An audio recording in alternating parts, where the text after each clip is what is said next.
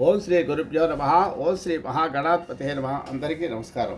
ఈ వీడియోలో నెల మహాగణపతి వ్రతం సంకష్టహర చతుర్థి ప్రతి నెల చేసే విధానాన్ని ఇక్కడ వివరిస్తున్నాను. ఈ సంకటహర చతుర్థి, దీన్నే సంకట చతుర్థి, సంకట చవితి అని కూడా అంటారు. నిజానికి ఇది సంకటహర చవితి. గణపతికి సంబంధించిన ఈ చతుర్థిని ఆలంబనంగా చేసుకొని చేసే వ్రతాన్ని సంకట వ్రతం అంటారు. ప్రతి నెలలో కృష్ణపక్షంలో అంటే పౌర్ణమి తర్వాత 3-4 రోజుల్లో వచ్చేస్తుంది. ప్రదోష కాలంలో సూర్యాస్తమ సమయంలో చవితి ఎప్పుడు ఉంటుందో ఆ రోజు సంకష్ట చవితిగా లెక్కలోకి తీసుకోవాలి. 2 రోజులు ప్రదోష సమయంలో చవితి ఉండడం సాధారణంగా జరగదు. ఒకవేళ ఎప్పుడైనా అలా జరిగితే 2వ రోజును సంకటహర చవితిగా తీసుకోవాలి. మామూలుగా అయితే భాద్రపద మాసంలో ఘనంగా వినాయక చవితి పూజ చేస్తాం. ఉండ్రాళ్ళు, కుడుములు నైవేద్యంగా పెడతాం. సద్గుణాలు ప్రసాదించమని గుంజీలు కూడా తీస్తాం. ఏడాదికోసారి కూడా నెల గణనాథుడిని మహాగణపతి అంశను పూజించే రోజు ఒకటి ఉంది.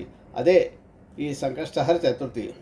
పూర్వజన్మ పాపాలు ఈ జన్మలో కష్టాలను మోసుకొస్తాయనేది కర్మ సిద్ధాంతం సారాంశం కూడా. ఏ పుణ్యకర్మ చేయకపోతే జన్మలకు ఆ పాపాల జాబితా వెన్నాడుతూనే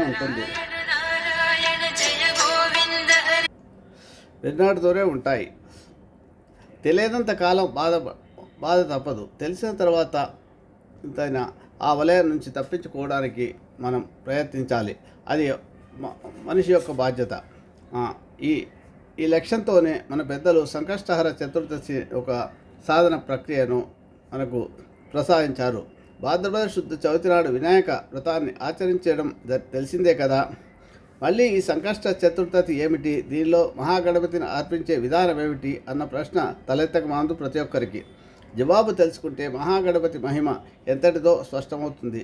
కురుక్షేత్ర సంగ్రామంలో తనకు విజయం కలగాలని ధర్మరాజు పాపాలన్నీ పోయి తాను గౌతముడిని చేరాలని అహల్యాదేవి కలి పెట్టిన బాధతో నలమహారాజు నుంచి విడిపోయిన భర్తను కలుసుకోవాలన్న తపిస్తున్న దమయంతి ఈ వ్రతాన్ని చేశారని మన శాస్త్రాలు చెప్తున్నాయి, పురాణాలు చెప్తున్నాయి. ఒక్కరేమిటి, పురాణ కాలంలో సంకష్టహర చతుర్థి వ్రతాన్ని నియమనిష్టలతో ఆచరించి తమ సంకల్పాన్ని నెరవేర్చుకున్న ఉదాహరణలు అనేకం ఉన్నాయి. నేటి రోజుల్లోనూ గణపతి దేవుడిని సంకష్టహర చతుర్థి వ్రతంతో ప్రసన్నం చేసుకున్న వారి సంఖ్య అపారంగా కనిపిస్తుంది. ఈ వ్రతం ద్వారా కష్టాలను పోగొట్టే దైవంగా మహాగణపతి మరింత స్పష్టంగా కనిపిస్తాడు. సంకష్టహర చతుర్థి వ్రతాన్ని సంవత్సరాల తరబడి నియమనిష్టలతో చేసేవారు కూడా ఎంతోమంది ఉన్నారు ఈ లోకంలో. ప్రతి మాసంలోనూ పౌర్ణమి తర్వాత వచ్చే చవితి నాడు సంకష్టహర చతుర్థి వ్రతాన్ని ఆచరిస్తారు. వినాయక చవితి వ్రతాన్ని పగటిపూట చేస్తుంటారు, కానీ ఈ వ్రతాన్ని చంద్రోదయ సమయంలో మాత్రమే చేయాలి. అలా చేస్తేనే ఫలితం లభిస్తుందన్నమాట.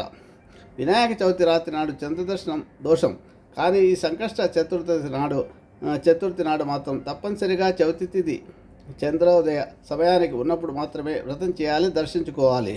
ఆయనకు ధూప నైవేద్యాలతో ఆరాధన చేయాలి. అలాగా పూజ చేశాక చంద్రుడిని అర్ఘ్యం ఇచ్చి తీరాలి. ఇదే దైవ లక్షణం. ఇక సాధారణంగా ఎక్కువ క్యాలెండర్లలో ఈ సంకష్టహర చతుర్దశి గురించి తెలియజేయబడుతూ ఉంటుంది. ఈ వ్రతం ఆచరిస్తే జరగని పని అంటూ లేదు. అవి ఏమంటే, ఎవరికైనా వివాహం ఆలస్యం అవుతుంటే, అలాగే ఉద్యోగం రాకపోతే, అలాగే వీసా రాకపోయినా విదేశాలకు వెళ్ళి చదువుకోవాలని కోరిక ఉంటుంది చాలామందికి. అలాంటి వారికి కూడా విదేశాలకు వెళ్ళడానికి, ఉన్నత విద్య చదువుకోవడానికి, వారు కోరుకున్న చదువుకోవడానికి, ఇలాగ సంతానం కొరకు ముఖ్యంగా ఎవరికైతే సంతానం వివాహమైన తర్వాత 4-5 ఏళ్ళ వరకు 2-3 ఏళ్ల వరకు సంతానం కలగదో అలాంటి వారు సంతానం కొరకు, అలాగే సంతానం విద్యలో రాణించకపోతే వారు విద్యలో రాణించడానికి, ఇలాగ ఏదైనా కోరిక కావచ్చు, వ్యాపారంలో వృద్ధి చెందడానికి, అనారోగ్య సమస్యలు ఉంటే తగ్గడానికి, ఇలాగ ఏ కోరికైనా ఉండొచ్చు. ఆ కోరిక న్యాయమైనది అయితే, న్యాయబద్ధమైనది కోరిక మీరు సంకల్పం చెప్పుకుంటే తప్పకుండా మీకు ఆ గణపతి యొక్క అనుగ్రహం లభిస్తుంది. ఇకపోతే ఈ వ్రతాన్ని 3, 5, 11 లేదా 21 నెలలుగా ఆచరించడము కానీ చేయవచ్చు. ఓపికంటే సంవత్సరం అంతా కూడా చేస్తూ ఉంటారు కొంతమంది. ఈ సంకట వ్రతాన్ని సంకట చవితి రోజున ప్రారంభించాలి. ప్రారంభించే రోజు స్నానం చేసిన తర్వాత గణపతిని పూజించి తర్వాత ఎరుపు లేదా తెలుపు జాకెట్ పీస్ తీసుకొని సుమారు 1/2 మీటరు చదరం గల ఎరుపు లేదా తెలుపు రంగు గల కాటన్ గుడ్డను కానీ తీసుకొని గణపతి ముందు ఉంచి దానికి పసుపు పెట్టి చిటికెడు కుంకుమ వేసి స్వామిని తలుచుకొని మనసులో ఉన్న కోరికను మనసారా స్వామికి తెలిపి 3 దోసిళ్ళు గుప్పిళ్ళు బియ్యాన్ని అందులో ఉంచాలి, అందులో పోయాలి.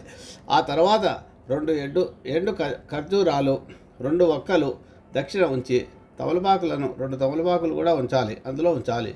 మనసులోని మీ కోరికను మరోసారి తలుచుకొని మూట కట్టాలి. దాన్ని స్వామి ముందు ఉంచి ధూపం దీపం నైవేద్యంతో అగరత్తులు వెలిగించి టెంకాయ లేదా పళ్ళు నివేదన చేయాలి.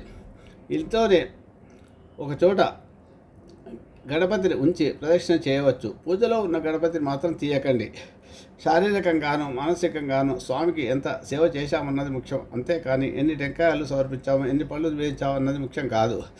సూర్యాస్తమయం అయిన తర్వాత స్నానం చేసి దీపం వెలిగించి స్వామికి లఘువుగా పూజలు చేయాలి. సూర్యాస్తమయం వరకు ఉడికించిన పదార్థం కానీ ఉప్పు తగిలిన కలిసిన వేయబడిన పదార్థాలు కానీ ఏవి తినకూడదు. పాలు పళ్ళు పచ్చి కూరగాయలు మాత్రం తినవచ్చు. నిమ్మరసం తాగినా పర్వాలేదు. అనుకున్న సమయం ప్రకారం మీరు మీ ఓపికను బట్టి 3 నెలలు కానీ 5 నెలలు కానీ 11 నెలలు కానీ లేదా 21 చవితులు కానీ పూర్తి అయ్యేంత వరకు ఇలాగే సంకటహర చవితి చేయాలి. అసాధ్యంగా మీరు ఎక్కువ రోజులు పెట్టుకుంటే చేయలేకపోతే ఇబ్బంది, కాబట్టి మీ వీలును బట్టి మీ ఓపికను బట్టి చేసుకోండి, సంకల్పం చేసుకోండి. చంద్రోదయం తర్వాత చంద్రదర్శనం లేదా నక్షత్ర దర్శనం చేసుకొని చంద్రునకు ధూప దీప నైవేద్యాలను సమర్పించి మామూలుగా భోజనం చేయాలి. నియమం పూర్తి అయ్యాక ఉడుపుకట్టె బియ్యంతో పొంగల్ చేసి స్వామికి నివేదించి సాయంత్రం భుజించాలి. ఈ వ్రతం వల్ల ఎలా మీకొక ఏదైనా కోరిక అయినా సిద్ధిస్తుందని ఇంతకుముందు చెప్పిన వాటిలో ఏదైనా సరే న్యాయమైనది నిజాయితీ గలగా మనకు మానసికంగా ఇబ్బంది పడుతుంటే తప్పకుండా ఆ గణపతి మీ కోరికను తీరుస్తాడు. ఈ సంకష్టహర చతుర్థికి సంబంధించి పురాణాల్లో కథ కూడా ఉంది. ఈ వ్రతానికి ప్రత్యేక వ్రత కథ కూడా ఉంది. 5 అధ్యాయాలతో ఉన్న ఈ కథలో రుక్మిణి పుట్టింట్లో ఉన్నప్పుడు ప్రద్యుమ్నుడిని శంబరాసురుడు అనే రాక్షసుడు మాయ చేసి తీసుకెళ్ళినప్పుడు జరిగిన వృత్తాంతం కనిపిస్తుంది. కొద్ది కాలానికి లోమష మహర్షి సూచన మేరకు సంకష్టహర చతుర్థి వ్రతాన్ని చేసి రుక్మిణి శ్రీకృష్ణులు మళ్ళీ ప్రద్యుమ్నుడిని తమ ఇంటికి తెచ్చుకోగలుగుతారు. అలాగే బాణాసురుడి ఇంట్లో బంధితుడైన శ్రీకృష్ణుడి కుమారుడు అనిరుద్ధుడు ఈ వ్రత ఫలితంగానే రాక్షసులను జయించి తాను వలసిన ఉషను పొందగలుగుతాడు. ఆ సందర్భంలో బ్రహ్మదేవుడు చతుర్థి వ్రత మహిమను వ్రతాచరణ విధానాన్ని వివరించినట్టు మనకు పురాణం ద్వారా భాగవతంలో తెలుస్తుంది. వ్రత కథలోని 4వ అధ్యాయంలో ఏ కారణం చేతనైనా వ్రతం చేసే అవకాశం లేనప్పుడు వ్రతాన్ని తిలకించి చివరిలో ప్రసాదాన్ని స్వీకరించిన పుణ్యం దక్కుతుందని సందేశం ఇచ్చారు. కృతవీర్యుడి కథ ఆసక్తికరమైనదే. ఆ రాజు ప్రజలను కన్నబిడ్డల్లా పాలించేవాడు. ఏనాడు ధర్మం తప్పలేదు. అయినా ఎంతో కాలం దాకా పిల్లలు కలగలేదు. సంతాన భాగ్యాన్ని పొందాలన్న కోరికతో రాజ్యాన్ని మంత్రులకు అప్పగించి ధర్మపత్ని సమేతంగా అడవులకు వెళ్ళి బ్రహ్మను ఉద్దేశించి తపస్సు చేస్తాడు. భక్తికి మెచ్చి విధాత ఏడాది పాటు నియమనిష్టలతో సంకష్టహర చతుర్థి వ్రతాన్ని ఆచరిస్తే మీ మనోవాంఛ సిద్ధిస్తుందని అభయమిస్తాడు. దాంతోపాటే కృతవీరుడి పూర్వజన్ముడు వివరాలు చెప్తాడు. పూర్వజన్మలో అతడు పరమ దుర్మార్గుడు. అతడికి గణపతి అనే కొడుకు ఉండేవాడు. ఓ సంకష్టహర చతుర్దశి నాడు చంద్రోదయ సమయంలో గణపతి గణపతి అంటూ 1కి 10 సార్లు కొడుకును పిలిచి భోజనం పెడతాడు. ఆ నామస్మరణతోనే మహావ్రతాన్ని ఆచరించినంత ఫలితం దక్కిందట ఆయనకు. మరుజన్మలో రాజుగా పుట్టాడు. పాపశేషం వల్ల సంతానం మాత్రం కలగలేదు. కృతవీరుడికి ప్రతిఫలంగా పుట్టినవాడే కార్తవీరార్జునుడు. తండ్రి బాటలోనే వ్రతం చేసి కార్తవీరార్జునుడు 1000 చేతులను మహాబలాన్ని సంపాదించుకున్నాడు. గణనాథుడి మహిమ ఈ వ్రతంలో మనకు చాలా ప్రస్ఫుటంగా ప్రకటితం అవుతుంది. ఈ సంకష్ట గణపతి స్తోత్రం కూడా ఉంది. ఈ వ్రతం చేసిన వెంటనే ఈ స్తోత్రాన్ని కూడా మీరు పారాయణ చేసుకోండి. ప్రణమ్య శిరసా దేవం గౌరీపుత్రం వినాయకం భక్తావాసం స్మరే నిత్యమాయు కామార్థ సిద్ధయే ప్రథమం వక్రతుండంచ ఏకదంతం ద్వితీయం శృత్యం కృష్ణపింగాక్షం గజవక్రం చతుర్థకం లంబోదరం పంచమం చ షష్టం వికటమేవ చ సప్తమం విఘ్నరాజం చ ధూమ్రవర్ణం తదాష్టకం నవమం పాలచంద్రం చ దశవంతు వినాయకం, ఏకాదశం గణపతిం, ద్వాదశంతు గజాననం, ద్వాదశైతాని నామాని త్రిసంధ్యం యా పఠేన్ నిత్యం నచ విఘ్న భయం తస్య సర్వసిద్ధికరం ప్రభో. విద్యార్థి లభతే విద్యాం, ధనార్థీ లభతే ధనం, పుత్రార్థీ లభతే పుత్రాన్, మోక్షార్థీ లభతే గతిం. జపేత్ గణపతి స్తోత్రం చతుర్మాసై ఫలం లభేత్. సంవత్సరేణ సిద్ధంచ లభతే నాత సంశయః. అష్టభ్యో బ్రాహ్మణేభ్యశ్చ లిఖిత్వాయః సమర్పయేత్.